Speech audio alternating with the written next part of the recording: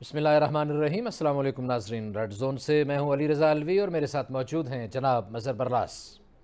خواتین حضرات، آپ کی خدمت میں اسلام حسب سابق حسب روایت پاکستان کے لیے دعا۔ اللہ تعالی ہمارے اس عظیم وطن کو سلامت رکھے، یہ وطن ترقی کرے، یہاں خوشحالی ہو، امن چین اور سکھ سکون ہو۔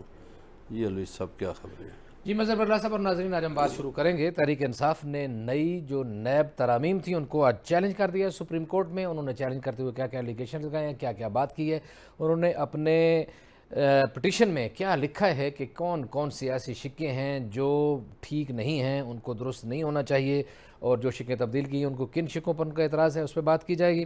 اور عمران خان کہتے ہیں کہ نیب قانون میں ترامیم کو قبول کر لیا گیا تو پاکستان کو دشمن کی ضرورت نہیں ہوگی۔ یہ ساری صورتحال کا جائزہ لیں گے، اور اس کے ساتھ ساتھ عمران خان نے 2 جولائی کو ملک بھر میں جلسوں کا اعلان کر دیا ہے۔ وہ ایک بار پھر اپنی پارٹی کو وارم اپ کال دے رہے ہیں، اور وہ کیا کرنا چاہتے ہیں اس پر بھی جائزہ لیں گے۔ اور اس کے بعد پھر ہم جو حکومت نے ریل اسٹیٹ پر اور کار ڈیلرز پر، ریسٹورنٹس پر اور اس کے علاوہ سیلونز کو ٹیکس نیٹ میں لانے کا ایک فیصلہ کیا ہے، اور اس کو کہہ رہے ہیں مفتاح اسماعیل صاحب کہ فکس ٹیکس کے ذریعے یہ بہت ساری چیزوں کو نیچے لایا جائے گا۔ بلکہ انہوں نے تو کہا کہ ملک میں لاکھوں کی تعداد میں جیولرز کی دکانیں ہیں، لیکن جو سیلز ٹیکس کا جو خاص طور پر ٹیکس نیٹ ہے اس میں چند 100 اس میں ہیں شامل ہیں، اس کو بھی بڑھائیں گے۔ ساری صورتحال کا جائزہ لیں گے۔ اور پھر تنخواہ دار طبقہ، بجٹ کے موقع پہ بتایا گیا تھا کہ 1 لاکھ والا جو ہے کوئی اتنا بڑا مالدار نہیں سمجھا جاتا، اور اس کے اوپر کوئی ایگزمپشن ہوگی، تھوڑی سی اس کو بہتری دی جائے گی۔ لیکن ابھی ان کو لگا ہے کہ نہیں، 1 لاکھ والا بہت اچانک امیر ہو جاتا ہے، تو اب انہوں نے 1 لاکھ والے پر بھی ٹیکس لگا دیا ہے۔ کہتے ہیں جناب کہ 1 لاکھ روپے جب جس کی بھی ماہانہ آمدنی ہے اس کے اوپر بھی ٹیکس لگے گا، اور کتنا لگے گا یہ بھی ہم آپ کو بتائیں گے۔ پنجاب کی سیاست ایک نیا رخ اختیار کر رہی ہے۔ چودھری خاندان کی محبتیں، پیار بہت زیادہ سنا جاتا تھا، ایک علامتی طور پر جانا جاتا تھا کہ چودھریوں میں آپس میں بہت تعلق پیار ہے۔ حالیہ دنوں میں جب ایک سیاسی اکھاڑ پچھاڑ ہوئی تو ہم نے دیکھا اختلاف سامنے آئے، بعد میں پھر اس کی تردیدیں بھی آنا شروع ہو گئیں۔ کبھی چودھری صاحب کہتے ہیں، چودھری شجاع صاحب کہتے ہیں کہ کوئی مسئلہ نہیں ہے، کبھی چودھری پرویز الہی زیادہ تر کہتے ہیں کہ کوئی ایسا مسئلہ نہیں ہے۔ لیکن ابھی ایک نئی بات آئی ہے، وجاہت حسین نے نئی سیاسی پارٹی بنانے کا اعلان کر دیا، اور وہ کہتے ہیں کہ شجاعت جو ہیں وہ اولاد کا تو مجبور ہو چکے ہیں، جبکہ چودھری شجاعت کہتے ہیں کہ وجاہت کے الزامات کا جواب گجرات میں دوں گا۔ اور بھی کچھ خبریں ہیں، اس پہ بات کریں گے، لیکن مظہر براس صاحب کی طرف بڑھنے سے پہلے آپ کو عمران خان کا ایک ٹکڑا سنا دیتے ہیں گفتگو کا، کہ سابق وزیر اعظم پی ٹی آئی کے چیئرمین جناب عمران خان جو ہیں وہ نئے عزم، نئے جوش اور نئے ولولے کے ساتھ کیا کیا گفتگو کر رہے ہیں۔ ان کی گفتگو سن لیجئے گا، پھر اس کے اوپر ہم تبصرہ کریں گے۔ عمران خان: یہ آپ کے اوپر خوف بھی پھیلائیں گے میڈیا کے۔ میں تو آج سلام کرتا ہوں ان صحافیوں کو، میڈیا اینکرز کو، جن کے اوپر ایف آئی آرز کاٹی ہوئی ہیں، جن کو ٹیلی فون کر کر کے دھمکیاں دی جا رہی ہیں۔ میڈیا آنرز کو میں ان کو سلام کرتا ہوں، جو 2-3-4 میڈیا آنرز جو آج کھڑے ہوئے ہیں، اس کے باوجود کہ دھمکیاں ملتی ہیں، اس کے باوجود آج کھڑے ہیں۔ انہوں نے سب سے پہلے جو عام آدمی ہے اس کا تو معاشی قتل کر دیا۔ انہوں نے قیمتیں بڑھائی ہیں پٹرول کی اور ڈیزل کی اور بجلی کی۔ یہ ابھی یہاں رکیں گی نہیں۔ انہوں نے ایک پیٹرولیم لیوی لے کے آئے ہیں جو 50 روپے پر لیٹر ہے۔ دوسرا، انہوں نے جو کارپوریٹ ٹیکس لگایا، جو انہوں نے سپر ٹیکس لگایا، اب یہ سپر ٹیکس کی وجہ سے ہمارا جو اس وقت جو کارپوریٹ کا ٹیکس ہے وہ چلا جائے گا 39% پہ۔ میں آپ سب کو دعوت دیتا ہوں کہ اگلے ہفتے کی شام کو میں ایک بڑا پروٹیسٹ جلسہ کر رہا ہوں پریڈ گراؤنڈ میں، اور یہ ہوگا صرف پنڈی اور اسلام آباد سے میں لوگوں کو یہاں اکٹھا کر رہا ہوں۔ جی پریڈ گراؤنڈ میں ہو جائے گا جی 2 جولائی کو، پنڈی اسلام آباد کے لوگوں کو اکٹھا کروں، اور باقی شہروں میں بھی انہوں نے کہا کہ باقی شہروں میں بھی اس طرح کا کوئی کام کیا جائے، لیکن فوکس انہوں نے اپنا پھر اسلام آباد رکھا اور پریڈ گراؤنڈ رکھا۔ آج پریڈ گراؤنڈ میں انہوں نے، آپ کو یاد ہوگا کہ اقتدار سے جانے سے پہلے بھی ایک جلسہ وہاں کیا تھا، وہ سازشی خط ادھر ہی لہرایا تھا نا۔ ہاں ادھر ہی لہرایا تھا، اور اب پھر ایک وہ پریڈ گراؤنڈ میں کرنا چاہتے ہیں۔ چلے کریں، ان کا فوکس ہے اسلام آباد، اور رائٹ ہے ان کا جی، وہ کریں، جب لوگوں کو لائیں۔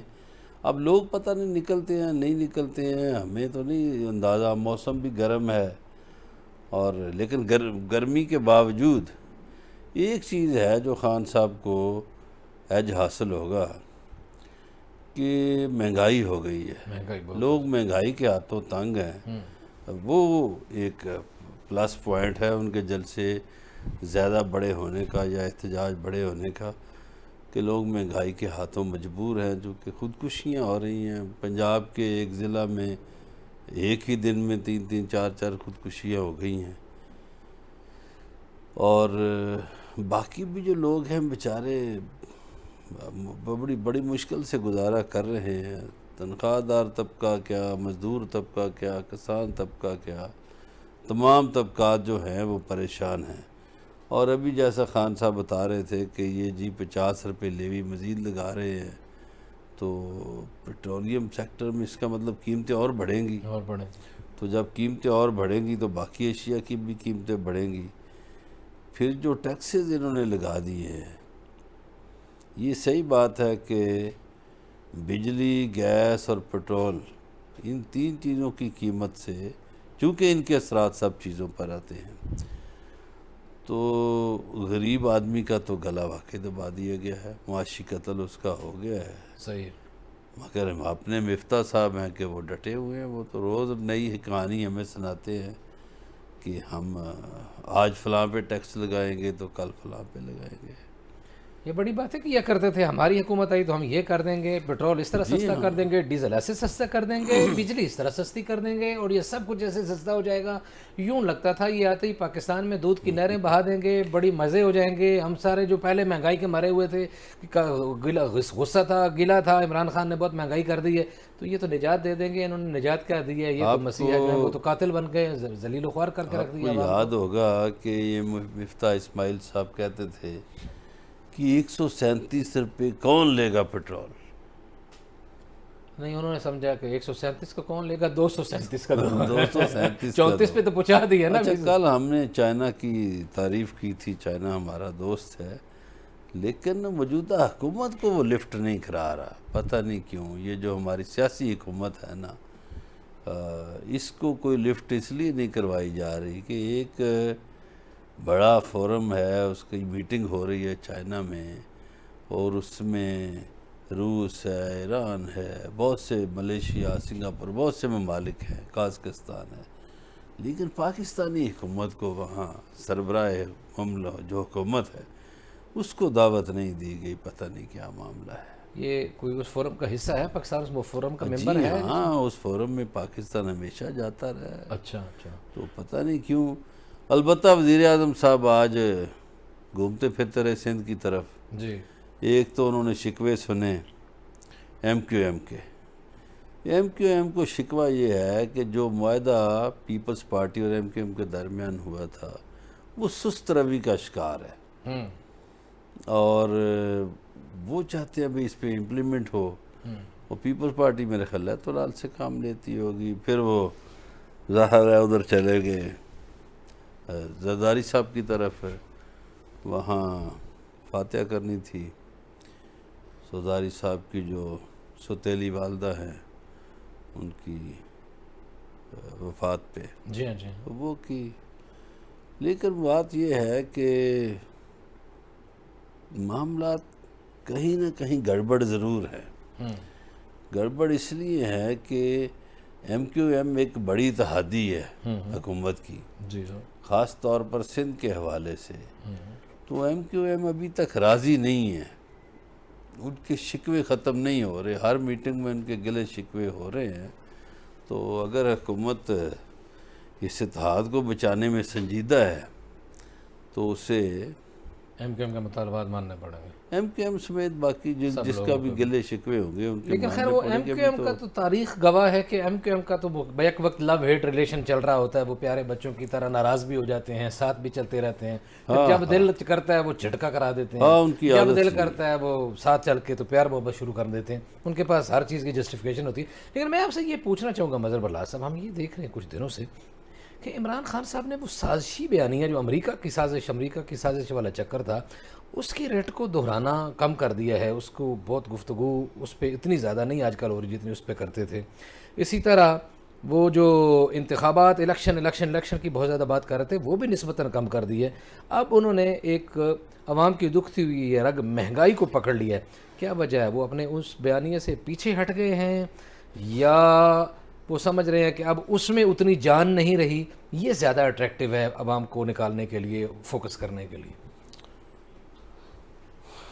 الوی صاحب دیکھیے, عمران خان جو ہے وہ ایک مقبول لیڈر ہے اور مقبولیت میں وہ بھٹو سے آگے نکل چکے ہیں. اس کی مثال ہے, مثلا بھٹو صاحب کو مشرقی پاکستان میں کوئی سیٹ نہیں ملی تھی, بھٹو صاحب کو بلوچستان سے کوئی سیٹ نہیں ملی تھی, بھٹو صاحب کو خیبر پختونخوا سے ایک سیٹ ملی تھی عبدالخالق خان والی 70 میں.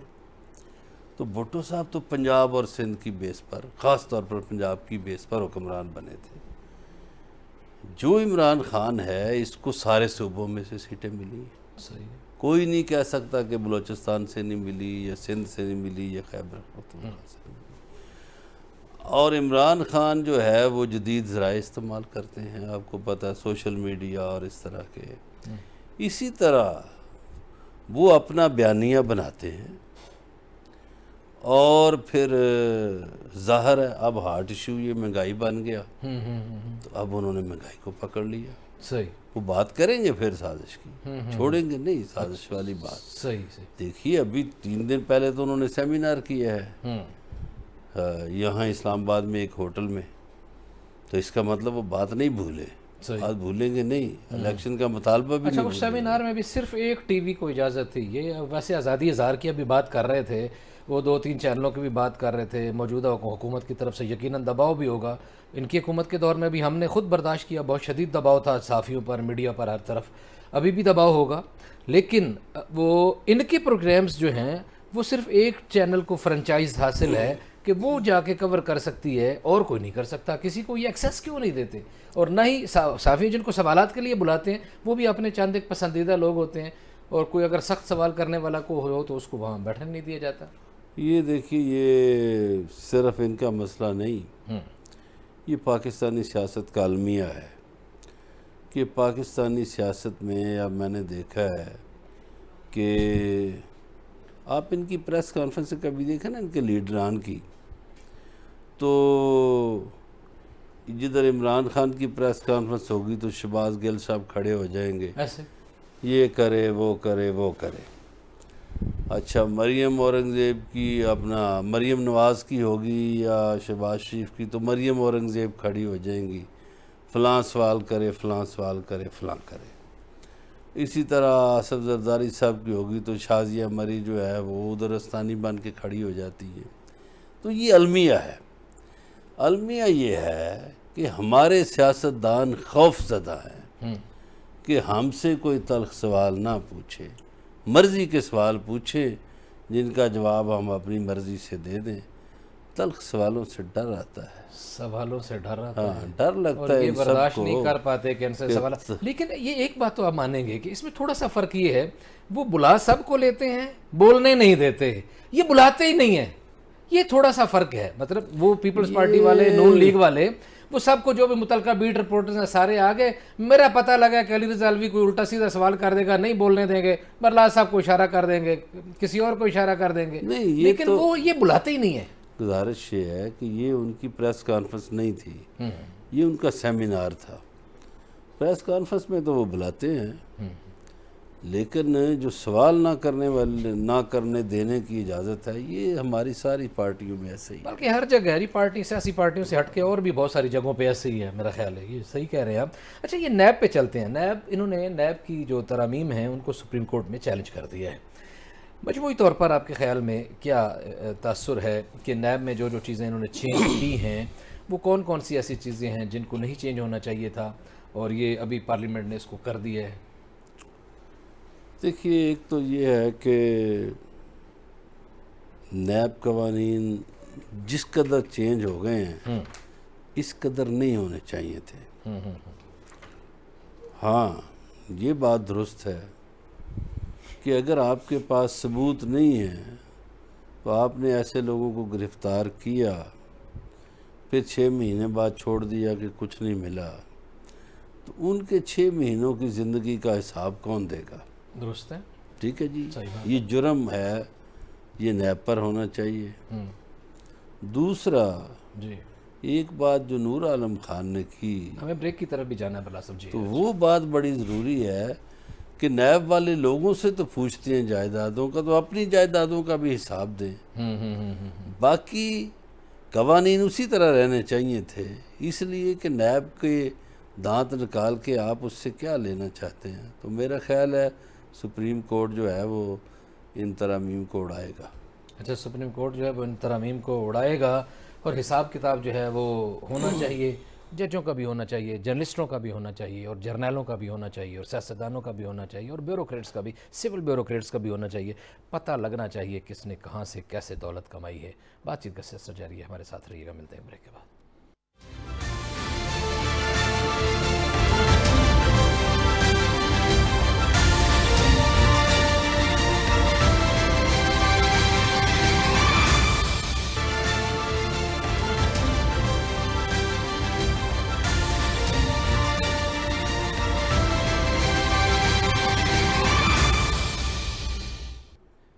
ویلکم بیک ناظرین۔ بریک پہ جانے سے پہلے ہم بات کر رہے تھے کہ نیب میں کیا اصلاحات کی جا رہی ہیں، اور جو اصلاحات کی جا رہی ہیں ان کو سپریم کورٹ میں چیلنج کر دیا گیا ہے۔ تو نیب کے ساتھ ساتھ ایک اور ادارے کی بھی بات کر لیں، ان کو عمومی طور پر بڑا چولی دامن کا ساتھ ہے، ان کو لازم و ملزوم سمجھا جاتا ہے، ایف آئی اے۔ ایف آئی اے کے حوالے سے ہم نے، آپ کو پتہ ہے کہ کچھ 2-3 خبریں کی تھیں، اور کچھ بچوں کی بات کی تھی، ان بچوں کو روکا گیا وہاں اور ان سے پیسے مانگے گئے۔ بہرحال جو بھی ہوا اس کے اوپر، ہماری خبر کے اوپر، وہ انہوں نے ڈی جی ایف آئی اے نے انکوائری لانچ کر دی، اور وہ ابھی انکوائری جاری ہے، اس پہ تحقیقات ہو رہی ہیں، یہ ایک بڑی اچھی بات ہے۔ لیکن جب ہم نے اس میں نیب میں گھسے اور ہم نے اس میں دیکھا، ایف آئی اے میں گھسے اور اس میں ہم نے دیکھا، بات چیت کی، تو ڈی جی ایف آئی اے نئے آئے ہیں جو یہاں رائے طاہر بلوچستان سے ہی آئے ہیں۔ ان سے ملاقات میں پتہ چلا کہ وہ بڑے پرعزم ہیں اس ایف آئی اے کو ٹھیک کرنے کے لیے، اس کو کرپشن فری بنانے کے لیے، اس کو ڈیجیٹلائز کرنے کے لیے، اس تمام شعبوں کو وہ کہہ رہے ہیں کہ ہم تمام شعبوں کو ڈیجیٹلائز کر دیں گے، کمپیوٹرائز کر دیں گے، کوئی چیز ڈھکی چھپی نہیں رہے گی، اور لوگوں کو چھوٹے چھوٹے معاملات میں جن مسائل کا سامنا ہے، وہ مسائل جو ہڈن ہیں وہ سارے کے سارے ختم ہو جائیں گے۔ اور ان کا خیال ہے، ان کا عزم یہ ہے کہ اس کو رشوت فری بنا دیں گے، رشوت یہاں نہیں چلے گی، اور جب سربراہ نہیں رشوت لے گا تو نیچے رشوت لینے والوں کو بڑی مشکلات کا سامنا پڑے گا۔ اور فوری طور پر 2-3 ایسے لوگوں کے خلاف ایکشن لیا گیا جنہوں نے ایک مالدار آدمی کو لوٹا، مظہر اللہ صاحب، اس کی ایک جعلی انکوائری بنائی، اس کے مال پانی لینا چاہ رہے تھے، ملتان سے ان کو اٹھا کے ڈی جی نے تفتان بارڈر ٹرانسفر کر دی اور ان کی انکوائری لانچ کر دی۔ یہ اس طرح کے اچھے اقدامات جو ہیں وہ بھی شروع ہو گئے ہیں، کہ یہ نہیں، اگر اداروں کے سربراہ اچھے لگ جائیں تو توقع کی جا سکتی ہے کہ اداروں کے متعلقہ جو آپ کی میری لوگوں کی شکایات ہیں ان کو کنٹرول بھی کیا جا سکتا ہے۔ نہیں صحیح ہے، اگر آپ کسی ادارے کا سربراہ بہتر ہو تو ظاہر ہے وہ ایک اصلاحاتی ایجنڈا رکھتا ہے، اور جو بہتری چاہتا ہے اس کی خواہش ہوتی ہے کہ میرے ادارے میں کوئی بدعنوانی نہ ہو، بالکل میرے ادارے میں کوئی بددیانتی نہ ہو، کوئی لوگوں کو تنگی تک۔ تو اس حوالے سے رائے صاحب کی بات درست ہے، اگر وہ چاہتے ہیں۔ ویسے تو ایف آئی اے میں رائے صاحب کے علاوہ بھی جو افسران ان کو ٹیم اس وقت میسر ہے نا، وہ بڑی اچھی ہے، جیسے یہ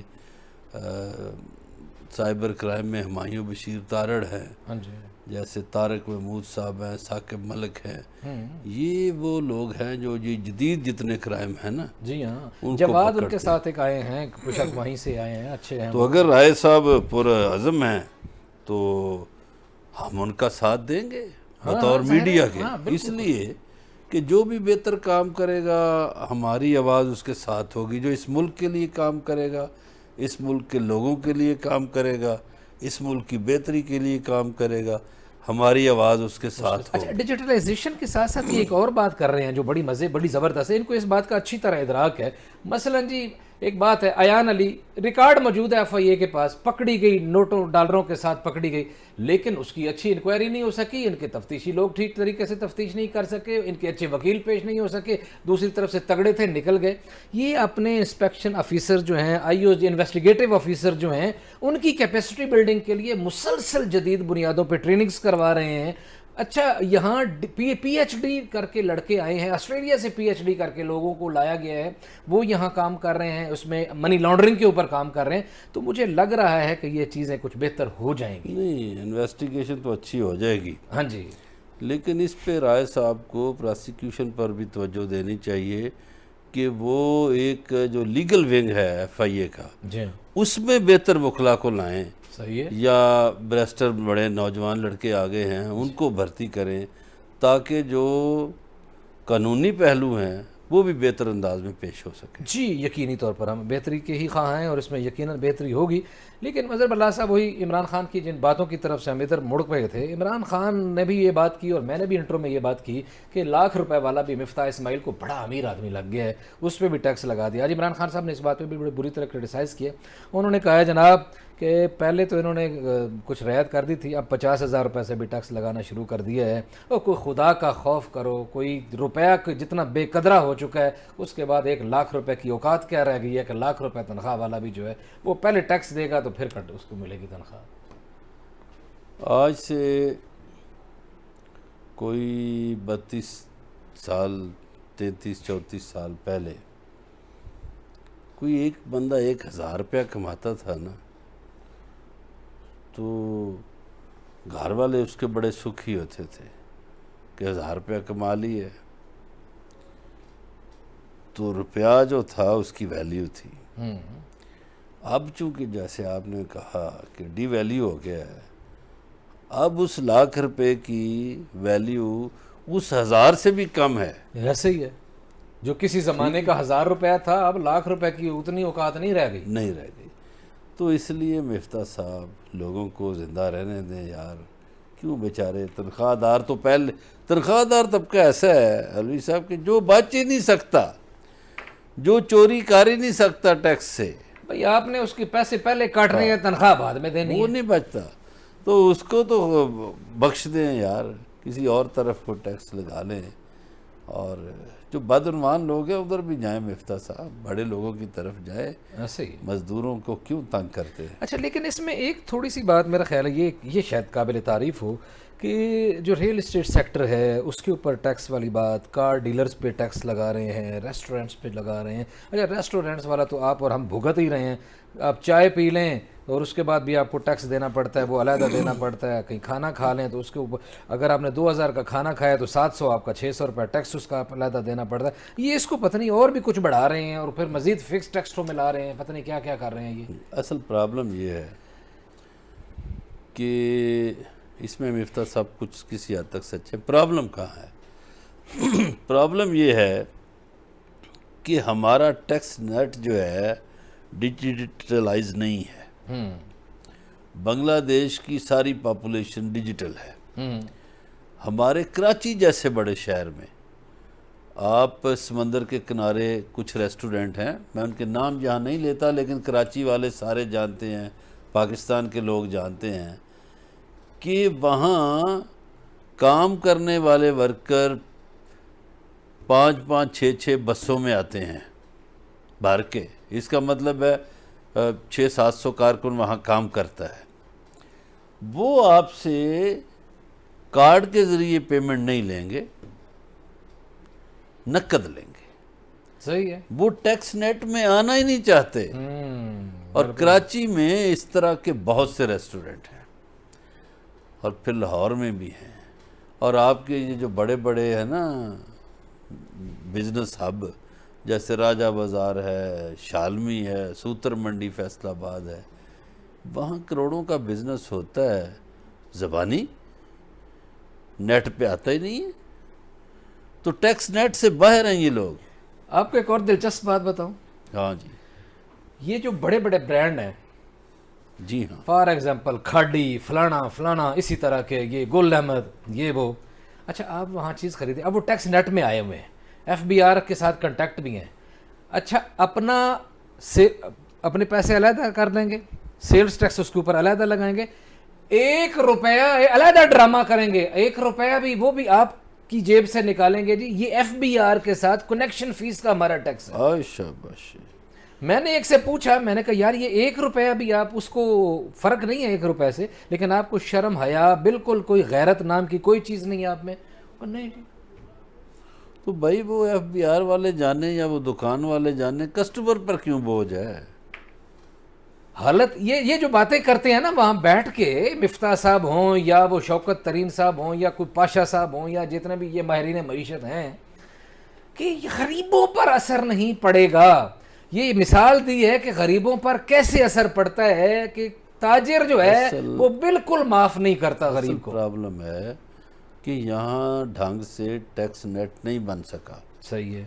ٹیکس نیٹ بڑھانے کی بھی ضرورت ہے اور بنانے کی. بنیادی طور پر تو یہ کہ ٹیکس نیٹ بنائیں اس انداز میں کہ لوگوں کو, دبئی میں بھی ٹیکس نیٹ کام کر رہا ہے, صحیح ہے. یورپین ملکوں میں کام کرتا ہے, بنگلہ دیش ہے وہاں کرتا ہے, چائنا میں کرتا ہے, انڈیا میں کرتا ہے. انڈینز نے بہت اچھا ٹیکس نیٹ بنایا ہوا ہے, یہاں کیوں نہیں بنا پاتے؟ بالکل صحیح ہے جی, یہاں ٹیکس نیٹ بنائیں. اور یہ گلہ مت کریں کہ جی جیولرز کی لاکھوں کی دکانیں ہیں اور اتنے 100 صرف جیولر جو ہیں وہ ٹیکس دے رہے ہیں اور وہ نہیں دے رہے. اگر نہیں دے رہے تو آپ کی نالائکی ہے یا ایف بی آر کی نالائکی ہے.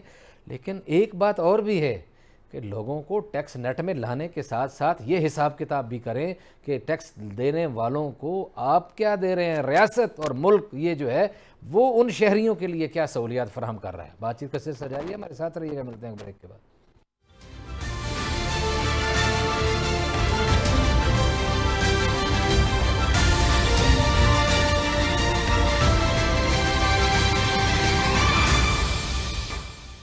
ویلکم بیک ناظرین. مہنگائی پہ بہت بات ہوگی, ٹیکسوں پہ بہت بات ہوگی. پنجاب کا رخ کرتے ہیں. پنجاب کی سیاست جو ہے وہ نئی کروٹیں بدل رہی ہے. بہت کچھ ہونے جا رہا ہے, الیکشن بھی ہو رہے ہیں اور لڑائیاں جھگڑے بھی ہو رہے ہیں, محبتیں بھی ہو رہی ہیں. لیکن چودھری خاندان کو ہم فوکس کر رہے ہیں آج, کہ چودھری خاندان میں ایک کلیش پیدا ہوا, پھر صلح صفائی کی باتیں آنا شروع ہو گئیں, پھر اب چودھری وجاہت نے اعلان کر دیا ہے کہ وہ نئی سیاسی جماعت بنائیں گے. مظہر اللہ صاحب کیا کہتے ہیں؟ اچھا جی, یہ بڑا عجیب اتفاق ہوا ہے کہ پنجاب کا یہ جو سیاسی خانوادہ تھا, چودھری فیملی, ان کے بارے میں بڑا تھا کہ یہ ایک ہیں اور ان میں اختلاف نہیں ہوتا. اور چودھری ظہور اللہ کے وفات کے بعد چودھری شجاعت حسین نے ان سب کو ایک ساتھ رکھا اور چودھری پرویز الہی اور شجاعت اس کو گائیڈ لیڈ کرتے رہے پنجاب میں, وہ اور مرکز میں شجاعت صاحب. اور بڑا لوگوں نے کہا کہ یہ جی اس میں اختلاف نہیں ہوتا. لیکن اب یہ صورتحال بنی ہے کہ اختلاف ہو گیا. چودھری شجاعت کے بیٹے جو ہیں سالک, وہ وفاقی وزیر بن گئے, انہوں نے ساتھ دیا اتحادی حکومت کا, اور جو مونس الہی ہیں وہ خلاف کھڑے ہو گئے. اسی طرح جو وجاہت حسین کے صاحبزادے ہیں حسین الہی, وہ بھی مونس کے ساتھ کھڑے ہو گئے. اچھا, ان کی ایک اور بھی وجہ ہے حسین الہی کے کھڑے ہونے کی, کہ حسین الہی کے ماموں کا حال آپ نے دیکھا تھا, یہ اس میں کیا کیا تھا, یہ جو لانگ مارچ ہوا تھا عمر ایوب کا. جی جی جی جی جی. تو عمر ایوب چونکہ اس کے ماموں ہیں تو حسین الہی بھانجا ان کا, یہ بھی اثر ہے.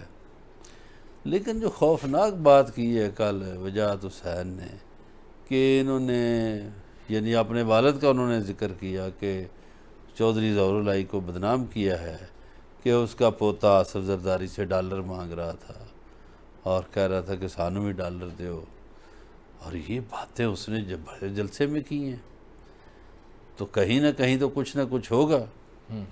اچھا, پھر دوسرا جو خاندان ہے, یہ جو شریف خاندان ہے, اس میں بھی اختلاف ہے. پنجاب کی جو کابینہ ابھی تک اس میں بہت سے لوگ نہیں آ رہے, وزارتیں نہیں مل رہی, اس میں اختلاف ہے کہ ایک ٹیم مریم نواز کی ہے اور ایک ٹیم حمزہ شہباز کی ہے. صحیح ہے. وہاں پر بھی اختلاف ہے. اب یہ وہاں الیکشن چونکہ ہو رہا ہے تو جیتنے کی کوشش ہوگی, چونکہ پچھلی حکومت نے 2 جو علاقے ہیں, ایک مری اور ایک تونسا, ان کو ضلع بنانے کے لیے انتظامات کیے تھے. اب اس میں 4 اور شامل کر لیے ہیں. جی. ایک بھلوال ہے، ایک جڑا مالا ہے، ایک بورے والا اور ایک کوٹ ادو ہے۔ تو یہ 6 اضلاع نئے بننے گے۔ مگر یہ جو انتظامی، کل بھی ہم نے بات کی تھی کہ حکومت کوشش کرے گی انتظامیہ کے ذریعے، تو آج فیصل آباد میں فائرنگ وائرنگ ہوئی، بندہ بھی ایک مر گیا، زخمی بھی ہوئے، تو وہاں اب الیکشن کمیشن کو متحرک ہونا پڑے گا اور کوئی نہ کوئی ایکشن تو لینا پڑے گا، یا فوج کے حوالے کرنا پڑے گا الیکشن، چونکہ اگر اتنے دن پہلے، ابھی آلموسٹ مہینہ رہتا ہے جی، چلے سمجھ لیں، ابھی وہ حدت اور وہ شدت اور وہ گرمی تو پیدا ہی نہیں ہوئی، ابھی اگر یہ صورتحال مرنا شروع ہو گئے ہیں، تو اس وقت کیا ہوگا؟ تو یہ خونی الیکشن ہو جائے گا۔ اب اس میں یہ ہے کہ کل سے عمران خان صاحب بھی جا رہے ہیں لاہور، وہ بھی کنونشن کریں گے، اور 4 کنونشن ان سے خطاب انہوں نے کرنا ہے۔ اب یہ الیکشن مسئلہ بن گیا ہے دونوں پارٹیوں کے لیے۔